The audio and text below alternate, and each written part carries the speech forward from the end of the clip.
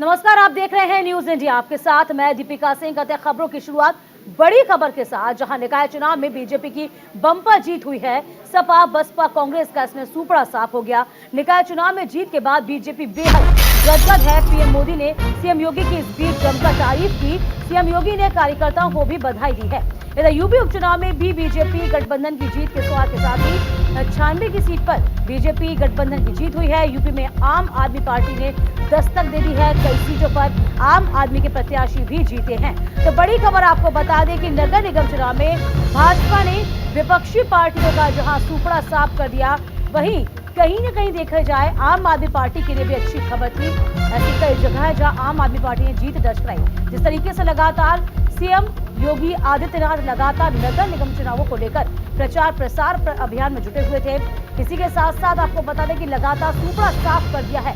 17 के 17 जो mayor seat है वो कहीं ना कहीं अब भाजपा के ही पाले में वापस गई है। इसका कहीं ना कहीं प्रधानमंत्री मोदी ने भी सीएम का धन्यवाद अदा किया है। वहीं सीएम ने कार्यकर्ताओं का धन्यवाद अदा किया। तो पीएम मोदी ने सीएम योगी की जमकर तारीफ की है।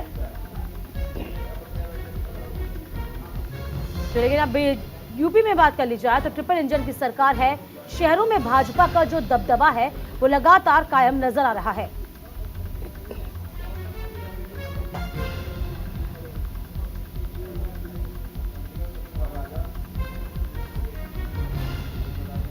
तो बड़ी खबर आपको बता दें, निकाय चुनाव में बीजेपी की बम्पर जीत और बम्पर जीत के साथ ही खुशी से लबरेज है इस वक्त बीजेपी। बात समाजवादी पार्टी की कर लें, बसपा की बात कर लें, कांग्रेस की बात करें, सुपड़ा साफ नजर आया है। निकाय चुनाव में जीत के बाद बीजेपी बेहद गदगद दिखाई दे रही है। प्रधानमंत्री मोदी ने भी सीएम योगी की जमकर तारीफ की है। इधर सीएम योगी आदित्यनाथ ने तमाम कार्यकर्ताओं का धन्यवाद दिया है, धन्यवाद अदा किया है। इसी के साथ साथ आपको ये भी बता दें कि आम आदमी पार्टी जो कि लगातार उत्तर प्रदेश में अपनी सियासी जमीन तराशने की फिराक में लगी रही थी, उसको भी अब कई सीटों पर जीत दर्ज की है, जो कि आम आदमी पार्टी के लिए अच्छी खबर है। तो कई सीटों पर आम आदमी पार्टी के प्रत्याशी भी जीत दर्ज करा चुके हैं। तो फिलहाल निकाय चुनाव जिस तरीके से आपको याद होगा, सीएम के प्रदेश के मुख्यमंत्री सीएम योगी आदित्यनाथ का जो दौरा है लगातार किया जा रहा था, लगातार जनसभाएं की जा रही थी।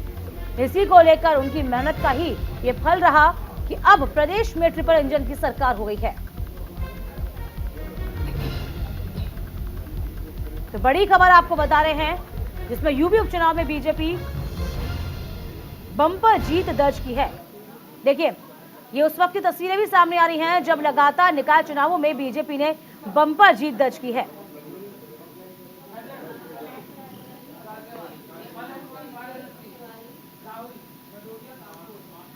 तो फिलहाल आपको बता दें, अब उत्तर प्रदेश में किस तरीके से लबरेज नजर आ रही है बीजेपी। खुशी से अब साफ तौर पर तमाम जो कार्यकर्ता हैं, उनके समर्थक हैं, उसमें साफ तौर पर खुशी देखी जा सकती है।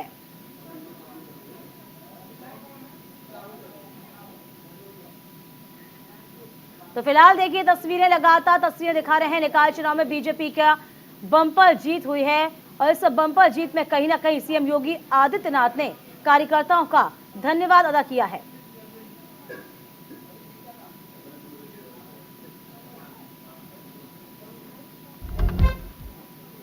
तो यूपी नगर निकाय चुनाव में बीजेपी की बम्पर जीत, प्रधानमंत्री मोदी ने सीएम योगी की जमकर तारीफ की है।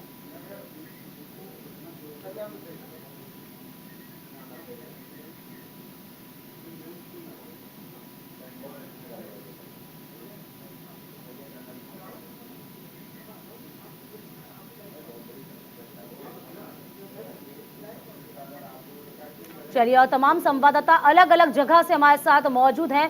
हैदर अली है गाजियाबाद से, विवेक तिवारी लखनऊ से हैं, मदन मोहन वाराणसी से हैं, राहुल भदौरिया कानपुर से, इसी के साथ साथ नमित त्यागी दिल्ली से हमारे साथ बने हुए हैं। नमित, चलिए दिल्ली का सबसे पहले रुख कर लेते हैं, चूंकि प्रधानमंत्री मोदी ने यहाँ पर सीएम योगी आदित्यनाथ की जमकर तारीफ की और जिस तरीके से नगर निगम चुनाव को लेकर बधाई दी है और इस बात की तस्दीक करता है कि वह कहीं ना कहीं सीएम के कामकाज से बेहद खुश है। नमित। देखिए बिल्कुल यूपी के अंदर जो नगर निकाय चुनाव हुए वहां पर बीजेपी को अच्छी खासी सीटें हासिल हुई, जिसके बाद खुद प्रधानमंत्री नरेंद्र मोदी ने योगी आदित्यनाथ की तारीफ भी की है, क्योंकि पिछले कुछ सालों में अगर हम बात करें यूपी के अंदर जो बीजेपी का काम रहा है उसके आधार पर लोगों ने वोट दिए हैं। लेकिन सीधे तौर पर कहें नगर निकाय चुनाव में योगी आदित्यनाथ ने काफ़ी मेहनत की थी, उनके कई जगह रोड शो भी हुए थे। यही वजह है कि जो अच्छा प्रदर्शन है वो बीजेपी का रहा है, क्योंकि बीजेपी की जब सरकार बनी थी, अगर हम यूपी की बात करें तो उसके बाद ही योगी आदित्यनाथ ने दिया था कि हम जो है वो काम के आधार पर वोट मांगेंगे, और वही तस्वीर जो है वो नगर निकाय चुनाव के जब नतीजे कल आए उस पर देखी गई है। क्योंकि मैक्सिमम सीटों पर नेक टू नेक मुकाबला जरूर रहा, लेकिन बीजेपी ने जो है वो काफी अच्छा प्रदर्शन का, जिसकी उम्मीद जो थी वो पहले से लगाई जा रही थी। और इसके अलावा ये भी नमित देखा गया है कि आम आदमी पार्टी जिस तरीके से जमीन तलाश रही थी, सियासी जमीन तलाश रही थी उत्तर प्रदेश में, बहुत सी ऐसी सीटें हैं जहां पर उनको जीत दर्ज हुई है।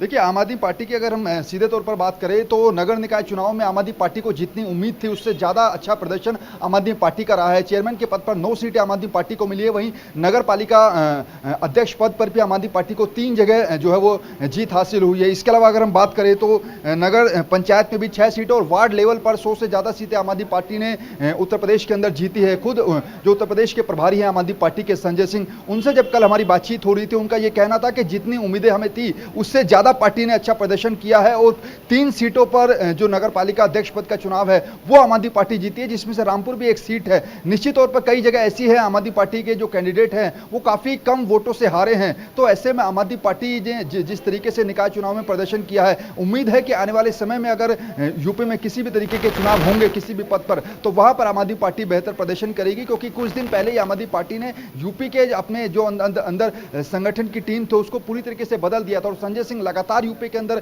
प्रचार कर रहे थे। नगर निकाय चुनाव के दौरान हमने देखा था संजय सिंह ने कई रोड शो यूपी के अंदर किए थे, और उसी तरीके से जो रिजल्ट में तस्वीरें देखी उनका जो वोटिंग परसेंटेज है वो भी काफी अच्छा रहा है। और संजय सिंह ने कल इस बात को भी कहा कि हम इससे भी ज्यादा मेहनत जो है आने वाले चुनाव में करेंगे। लेकिन निकाय चुनाव को लेकर आम आदमी पार्टी जो है काफी जोश में थी, और जिस तरीके से नतीजे आए उम्मीद से ज्यादा जो बिल्कुल आम आदमी पार्टी के लिए बहुत अच्छी खबर है। राहुल भदौरिया भी हमारे साथ जुड़े हुए हैं, कानपुर से इस वक्त बने हुए हैं।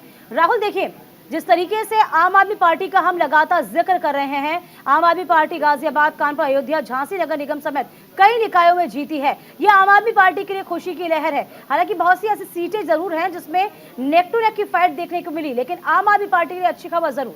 राहुल, आपको बता दें तरीके से कानपुर में निकाय चुनाव हुआ और लेकिन कानपुर में साफ टक्कर जो थी वो कहीं ना कहीं सपा और भाजपा के बीच में ही थी, और सपा का इस पूरे चुनाव में कहीं ना कहीं टुकड़ा साफ होता नजर आया। जिस तरीके से कानपुर के 110 वार्डों में 63 जो पार्षद हैं वो बीजेपी के बने हैं, और केवल 17 पार्षद जो है वो सपा के बन पाए, जबकि अगर सपा के मुकाबले देखा जाए तो 13 पार्षद जो है कांग्रेस की भी बन गए और 15 निर्दलीय बने। तो कहीं ना कहीं सपा का टुकड़ा साफ होता नजर आया। लेकिन अगर आम आदमी की बात करेंगे तो आम आदमी पार्टी ने भी एक पार्षद कानपुर को दिया है, तो कहीं ना कहीं आम आदमी पार्टी का कानपुर में खाता खुला है, और आम आदमी पार्टी ने भी जो है एक सीट पे यहाँ पे कानपुर से दांव मारा है दीपिका। लेकिन अगर मेयर की बात करेंगे तो मेयर की जिस तरीके से उत्तर प्रदेश में 17 में से 17 सीटें जो है बीजेपी ने जीती, कानपुर में जो आंकड़े थे वो इस बार कुछ और बता रहे थे। सभी लोगों का कहना था, जो जनता थी उससे भी हम लोगों ने कई बार राय ली, लेकिन सभी का यही कहना था कि कहीं ना कहीं इस बार जो कानपुर से सपा विधायक इरफान अमिताभ वाजपेयी, उनकी पत्नी को टिकट दिया गया था, वंदना वाजपेयी को, और साफ तौर पे तीनों पार्टियों ने, चाहे वो कांग्रेस हो, चाहे सपा हो, चाहे वो भाजपा हो, तीनों ने ही ब्राह्मण कैंडिडेट उतारा था। और जिस तरीके से कैंडिडेट उतरे तो साफ तौर पे त्रिकोणीय जो है मुकाबला था, लेकिन बाजी कहीं ना कहीं बीजेपी ने जरूर माली है। बिल्कुल, विवेक तिवारी मेरे साथ जुड़े हुए हैं लखनऊ से। विवेक, देखिए जिस तरीके से लोकसभा चुनाव से ठीक पहले नगर निकाय चुनाव को ये जाना जा रहा था, ये देखा जा रहा था जो राजनीतिक स्थितियां हैं तमाम पार्टियों की कैसी हैं उसको खंगाला जा रहा था। हालांकि शहरी क्षेत्रों में देखा जाए बीजेपी बहुत अच्छा काम जरूर कर रही है, लेकिन आधी सीटों पर हमने देखा कहीं ना कहीं नेक टू नेक की फाइट जरूर समाजवादी पार्टी ने दी है। ये अच्छा भी हम देख सकते हैं, इसको हम कह सकते हैं कि गिलास आधा खाली भी है और आधा भरा भी है। तो समाजवादी पार्टी के उम्मीदें अभी और हैं क्या माने इसे हम? विवेक, कैसे देख पाएंगे हम? देखिए, मैं पूरा इसका एक तस्वीर आपके सामने रखता हूँ। इसके हाँ। सेमीफाइनल माना जा रहा था लोकसभा चुनाव के पहले, और जो नतीजे आए हैं उसके हिसाब से अगर हम देखें तो महानगरों में बीजेपी का क्लीन स्वीप है। जो कस्बाई और सेमी अर्बन एरियाज है वहां पर बीजेपी अपने विरोधियों से दुगनी की संख्या से आगे है, यानी बहुत बड़ी जीत है। मैं आपको टोटल अगर फिगर बता दूं तो नगर पंचायत अध्यक्ष, नगर पालिका परिषद अध्यक्ष और मेयर, इन तीनों को अगर हम मिला लें तो लगभग 815 सीटों पर चुनाव हुए थे। इसमें से 768 सीटों पर भारतीय जनता पार्टी जीती है। तो ये ठीक है कि बाकी सीटों पर विरोधियों ने कब्जा जरूर जमाया, लेकिन ये मार्जिन इतना ज्यादा है कि भारतीय जनता पार्टी के मुकाबले में कोई भी विपक्षी दल नहीं है। समाजवादी पार्टी की अगर बात करें तो ठीक है, बहुत ज्यादातर जगहों पर सीधे फाइट समाजवादी पार्टी से जरूर थी, लेकिन पिछले चुनाव को अगर हम देखें तो समाजवादी पार्टी का ग्राफ नीचे गया है स्थानीय निकाय चुनाव में, और भारतीय जनता पार्टी का ग्राफ ऊपर गया है। बहुजन समाज पार्टी के पिछली बार 2 मेयर चुनकर के आए थे, इस बार उनका खाता नहीं खुला है नगर निगम में। यही हाल कांग्रेस का भी है। तो जो 3 मुख्य विपक्षी दल हैं भारतीय जनता पार्टी के मुकाबले उत्तर प्रदेश में, इन स्थानीय निकाय चुनाव के परिणामों को देखें तो वो बीजेपी से कोसों पीछे हैं। भारतीय जनता पार्टी ने 70% से अधिक सीटों पर अपना कब्जा जमाया है, और बाकी 30%, 28% पर सारे विरोधी हैं। तो आप इससे स्थिति का अंदाजा लगा सकती हैं। बिल्कुल, इससे हम ये भी समझ पाएंगे ना, जैसे कि हम देखते हैं बसपा को, तो बसपा 4 ही सीटों पर सत्ताधारी दल को टक्कर देख पाई। बसपा की स्थिति बहुत गंभीर नजर आ रही है यहाँ पर। बिल्कुल, जैसा मैंने बताया कि पिछली बार तो उनके 2 मेयर जीत करके आए थे, और इस बार एक भी नहीं है। इसी तरह से नगर पंचायत और नगर पालिका परिषद अध्यक्षों का भी हाल यही है। तो भारतीय जनता पार्टी की ताकत लगातार बढ़ रही है, और ये नतीजे उस वक्त हैं जब भारतीय जनता पार्टी ने 1000 से ज्यादा बागियों को निकाला है।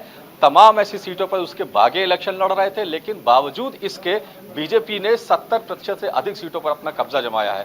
तो संगठन की बात हो, चाहे वो सरकार की बात हो, चाहे वो कैंपेनिंग के तरीके की बात हो, हर मोर्चे पर भारतीय जनता पार्टी अपने विरोधियों से बहुत ज्यादा आगे है। और अगर लोकसभा का ये सेमीफाइनल है तो इसका मतलब आप ये समझ सकते हैं कि विपक्ष के लिए लोकसभा में बहुत कुछ पाने के लिए नहीं है। जो समय बचा है उसमें मेहनत बहुत और बड़ी ज्यादा मेहनत और करनी नई पड़ेगी। रणनीति से काम करना बिल्कुल, पड़ेगा। बहुत नई रणनीति अपनानी होगी और नई स्ट्रेटेजी के तहत ही काम करना होगा, तभी पार पाया जा सकेगा। मदन मोहन वाराणसी से जुड़ रहे हैं। मदन, देखिए, जिस तरीके से साफ तौर पर वाराणसी को कहा जाता है कि ये तो संसदीय क्षेत्र है प्रधानमंत्री का, और इसी के साथ साथ नए कलेवर में बनारस हमको नजर आया है, तो यहाँ की जनता बहुत खुश नजर आई है।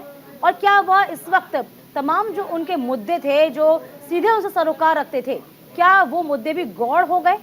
क्या रखे मदन? जी बिल्कुल, ये बताना चाहूंगा दीपिका, जिस तरह से ये प्रधानमंत्री नरेंद्र मोदी का संसदीय क्षेत्र है, संसदीय क्षेत्र होने के नाते जो है यहाँ पे कहा जाए तो तमाम विकास के कार्य हुए थे, तो उसको लेकर के कहा जाए तो जनता ने एक बार फिर से जो है भारतीय जनता पार्टी में अपना विश्वास जताया है। और इस बार कहा जाए तो भारतीय जनता पार्टी 100 वार्ड में से जो है 63 जो है कहा जाए तो चुनाव जीत करके आई है। यानी कि 2017 की बात करें तो 2017 में भारतीय जनता पार्टी को 40 सीटें मिली थी, और इस बार जो है 63 सीटें, यानी कि 23 सीटों पर जो है उन्होंने ज्यादा जीत दर्ज की है। वहीं अगर हम बात करें कि समाजवादी पार्टी या कांग्रेस की बात करते हैं तो समाजवादी पार्टी जो है 13 सीट जीती है, वहीं कांग्रेस जो है 8 सीटें पे। अगर इन दोनों की अगर बात करें तो निर्दलीय कहीं ना कहीं है, इसमें जो है 15 सीट जो है उन्होंने जीता है। तो इस तरह से अगर कहा जाए तो जिस तरह से योगी आदित्यनाथ ने पूरी कमान जो है संभाल रखी थी, और उसके बाद जो है लगातार जिस तरह से कैंपेनिंग कर रहे थे, उनके विधायक मंत्री जो है तमाम यहाँ पे कैंपेनिंग कर रहे थे। उसके बाद जो विकास के मुद्दे थे, कानून व्यवस्था के जो मुद्दे थे, उसको जो है कहा जाए तो जनता ने उस पर विश्वास जताया, और भारतीय जनता पार्टी को जो है कहा जाए तो इस बार फिर से जो है अगर 1995 से अगर बात करें तो लगातार जिस तरह से भारतीय जनता पार्टी का मेयर पे कब्जा था उसको बरकरार रखा है। और इस बार फिर से जो है कहा जाए तो मेयर पद पे जो प्रत्याशी अशोक तिवारी जो है उन्होंने लगभग 1,33,000 वोटों से जो है कहा जाए तो उन्होंने जीत दर्ज की है। तो इस तरह से कहा जाए तो जिस तरह से 2024 का ये सेमीफाइनल देखा जा रहा था उस तरह से ये तमाम पार्टियों के लिए, तमाम विपक्ष के लिए बहुत चिंता की बात है, बहुत मेहनत करने की जरूरत है। हैदर का रुख करते हैं हम। हैदर अली गाजियाबाद से मेरे साथ बने हुए हैं। हैदर, देखिए, जिस तरीके से देखा जाए कहीं ना कहीं सहारनपुर की बात करें, झांसी की बात करें, आगरा की बात करें, गाजियाबाद की बात करें, यहाँ पर कहीं ना कहीं मेरठ, अलीगढ़ में मेयर पद पर कब्जा बसपा का देखा गया था, लेकिन यहाँ पर जो टक्कर थी ना, मुख्य टक्कर नजर आ रही थी, लेकिन बाजी यहाँ बीजेपी मार जाती है। बहुत मेहनत की जरूरत है अभी भी तमाम विपक्षियों को। गाजियाबाद में स्थितियां कैसी देखी आपने, हैदर? देखिए दीपिका, गाजियाबाद की अगर हम बात करें तो गाजियाबाद में 25 सालों से बीजेपी का कब्जा रहा है। यहाँ पर 9 नगर निकाय है, इसमें गाजियाबाद नगर निगम पर शुरू से ही बीजेपी का कब्जा रहने के बाद इस बार जो जीत हुई है मेयर की, वो 2,87,000 की रिकॉर्ड तोड़ एक जीत हुई है मेयर की। वहीं अगर नगर निकायों के नगर पंचायत की बात करें तो नगर पंचायत में बीजेपी को एक भी सीट नहीं मिली है। 2-4 नगर पंचायत नगर पालिका की बात करें तो वहां पर एक सपा को मिली है, एक आरएलडी को मिली है। अगर यहाँ पे एक बात और देखने वाली है कि नगर पंचायत में इस बार बसपा आजाद समाज पार्टी को भी एक टिकट में एक सीट मिली है। तो कहीं ना कहीं ये गाजियाबाद सिटी के अंदर अगर बात की जाए तो ये बीजेपी का गढ़ है। यहाँ पर बीजेपी जीत गई, यहाँ पर पार्षद भी तकरीबन 65-70 के बीच में आ गए। लेकिन अगर देहात की बात की जाए तो देहात में बीजेपी कहीं ना कहीं हारी है। वही मैं बात कहना चाह रही हूँ कि शहरी क्षेत्रों में तो स्थितियां बहुत अच्छी हैं, ठीक है, लेकिन जब लोकसभा चुनाव होता तो सभी तरह के मतदाता अपने मताधिकार का इस्तेमाल करते हैं।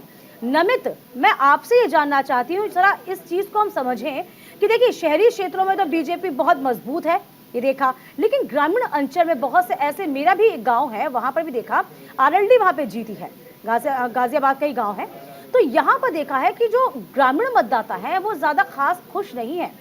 इसे हम कैसे समझेंगे नमित? देखिए दरअसल दीपिका, इसमें दो बातें हैं। पहला ये कि जब यूपी के और किसी भी राज्य के अंदर छोटे चुनाव होते हैं, यानी कि नगर निकाय चुनाव होते हैं, तो वहाँ पर जो वहाँ की जनता होती है या तो वो कैंडिडेट पर वोट डालती है या फिर पार्टी के सिंबल पर वोट डालती है। हालांकि ये जो कल चुनाव के नतीजे आए हैं, खासतौर पर जिस बात का आप जिक्र कर रहे हैं गाजियाबाद की, अगर हम लोनी नगर पालिका सीट की बात करें तो वहाँ पर आरएलडी की उम्मीदवार जो हैं वो जीत कर सामने आई हैं। और उनके बारे में जिक्र करूँ तो पिछले कई सालों से वो चेयरमैन के पद पर थी। वो वहां पर हालांकि उन्होंने पहले जो थी वो बीजेपी से चुनाव लड़ा था, उन्होंने जीत कर आई थी, रंजीता धामा। उनके बाद उन्होंने फिर आरएलडी ज्वाइन किया और इस बार वो आरएलडी और समाजवादी पार्टी की साझा उम्मीदवार थी जिन्होंने लोनी नगर पालिका सीट से अध्यक्ष पद का चुनाव जीता है। निश्चित तौर पर कहें कि स्थानीय मुद्दे जो हैं इन छोटे चुनाव पर हावी रहते हैं। जो लोकल जनता होती है वो उम्मीदवार के नाम पर वोट डालती है। जिस बात का जिक्र आपने किया कि कई ऐसे जो छोटे कस्बे हैं वहां पर बीजेपी को निराशा हाथ लगी है, उसके पीछे पश्चिमी उत्तर प्रदेश की खासतौर पर बात करूं,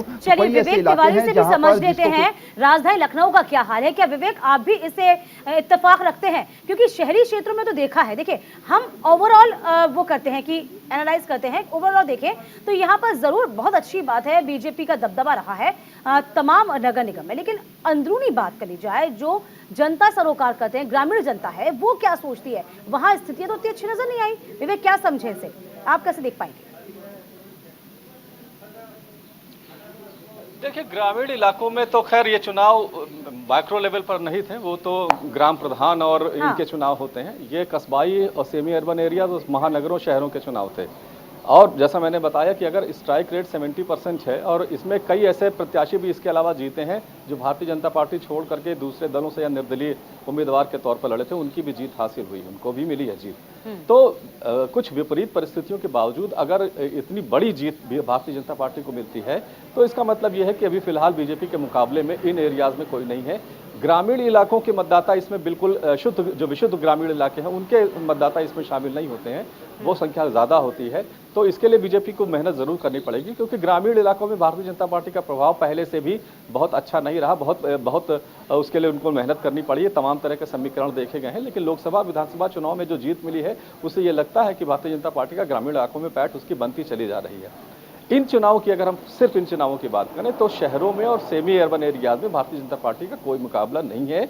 आम आदमी पार्टी की जैसे आप बात कर रही थी, अंत भला तो सब भला, हम इसको ऐसे कह सकते हैं, अंत भला तो सब भला। अब कहीं ना कहीं बीजेपी जीत गई है और ये खुशी का समय है बीजेपी के लिए, और उतनी ही चिंता की बात विपक्ष के लिए भी है, क्योंकि लोकसभा चुनाव भी नजदीक है, तैयारियां और भी ज्यादा करनी है। आप सभी का बहुत बहुत शुक्रिया हमारे साथ जुड़ने के लिए, तमाम बातें रखने के लिए। चलिए बढ़ेंगे खबरों में आगे। इधर सीएम केजरीवाल से मिलेंगे जालंधर के नवनिर्वाचित सांसद, जी हाँ, सुशील कुमार की क्या कह सकते हैं मुलाकात यहाँ पर केजरीवाल से होनी है। बेहद गदगद यहाँ पर सुशील कुमार नजर आ रहे हैं। पंजाब के सीएम भगवंत मान भी इस बीच मौजूद रहेंगे। थोड़ी देर में सीएम आवास पर यह मुलाकात होगी। जिस तरीके से आपको बता दें कि लगभग जो किला था, जो गढ़ था कांग्रेस का, 60 साल से काबिज थी जालंधर पर, उस गढ़ को, उस किले को ध्वस्त किया आम आदमी पार्टी ने। और यहां से अब लोकसभा का जो सांसद है वो जाएंगे बन के जालंधर से। देखिए तस्वीरें भी लगातार आपको नजर आ रही होंगी यहां पर सुशील की। अब आज मुलाकात का वक्त है, सीएम से आज मुलाकात करेंगे। सीएम मौजूद होंगे। पार्टी संयोजक जो अरविंद केजरीवाल हैं, जिन्होंने लगातार प्रचार प्रसार अभियान में कोई कोर कसर नहीं छोड़ी थी इस उपचुनाव में, जिसका नतीजा आम आदमी पार्टी के पक्ष में ही देखे गया। चलिए, आत्मनिर्भर भारत की ओर एक और कदम। जी हाँ, स्वदेशीकरण के लिए रक्षा उत्पादों की चौथी सूची जारी कर दी है। स्वदेशीकरण के लिए 928 रक्षा उत्पादों की सूची जारी हुई है, जिसमें घरेलू रक्षा उद्योगों को बढ़ावा देने के लिए एक बड़ा कदम माना जा रहा है। 715 करोड़ रुपए के आयात का बचेगा ये पैसा, जहां रक्षा मंत्रालय ने इस बाबत जानकारी दे दी है। तो फिलहाल आपको बता दें, घरेलू रक्षा उद्योगों को बढ़ावा देना जो है और आत्मनिर्भर भारत की ओर इसे एक बड़ा और एक अच्छा कदम माना जा रहा है। यदि हम खुद ही इन रक्षा उत्पादों का निर्माण करते हैं तो बहुत से, आपको बता दें कि कहीं ना कहीं आर्थिक स्थिति और भी सुदृढ़ नजर आएगी। आत्मनिर्भर भारत की ओर ये एक और बड़ा कदम माना जा रहा है। इधर मुख्यमंत्री योगी आदित्यनाथ के गोरखपुर का दौरा है, दूसरा दिन, और गोरखपुर में सीएम योगी ने जनता दरबार भी लगाया। सीएम ने लगभग 600 फरियादियों की समस्याओं से रूबरू हुए हैं, समस्याएं सुनी है, गोरखपुर पहुंचे हुए हैं और दूसरा दिन का दौरा कई मायनों में महत्वपूर्ण, और इस बीच लोगों की समस्याओं से रूबरू होते नजर आए हैं सीएम योगी आदित्यनाथ।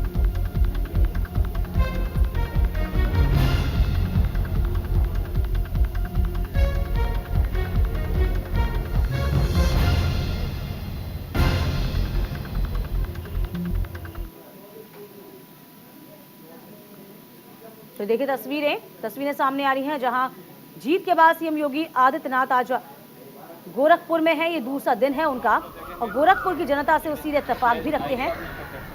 इसी के चलते साफ तौर पर गोरख की जनता से मिले हैं।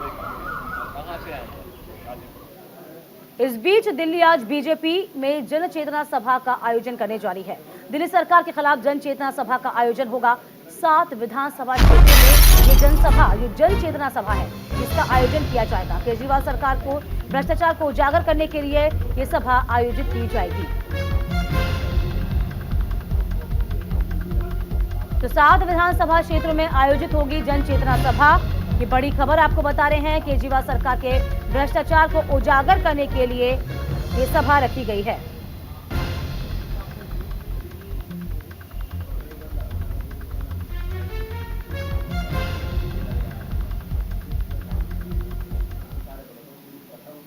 चलिए, इस बीच एक अच्छी खबर आपको बता दें, आज राष्ट्रीय खेलों का लोगो लॉन्च किया जाएगा। 37वें राष्ट्रीय खेलों के लोगों का आज अनावरण किया जाना है। गोवा के श्यामा प्रसाद मुखर्जी स्टेडियम में ये अनावरण का कार्यक्रम है। अक्टूबर-नवंबर के बीच राष्ट्रीय खेलों का आयोजन होगा। ये बड़ी खबर आपको बता रहे हैं, राष्ट्रीय खेलों का आयोजन होगा, जिसमें आज लोगों को लॉन्च किया जाएगा। गोवा के श्यामा प्रसाद मुखर्जी स्टेडियम में इसका अनावरण अक्टूबर-नवंबर के बीच राष्ट्रीय खेलों का आयोजन किया जाएगा। तो आज राष्ट्रीय खेलों के लोगों का आज मंचन है, आज लोगों को लॉन्च करना है। 37वें राष्ट्रीय खेलों के लोगों का आज अनावरण किया जाएगा। गोवा के श्यामा प्रसाद मुखर्जी स्टेडियम में इसका अनावरण किया जाएगा। आपको बता दें, खेल अक्टूबर और नवंबर के बीच आयोजित होंगे, जिसमें राष्ट्रीय खेलों में तमाम जो राज्य हैं इसमें प्रतिनिधित्व करेंगे, इसमें हिस्सा लेंगे। और इसी के साथ इस बुलेटिन में अभी के लिए बस इतना ही। वक्त छोटे से ब्रेक का हुआ है, मैं फौरन लौटूंगी कुछ और खास खबरों के साथ, आप बने रहिएगा।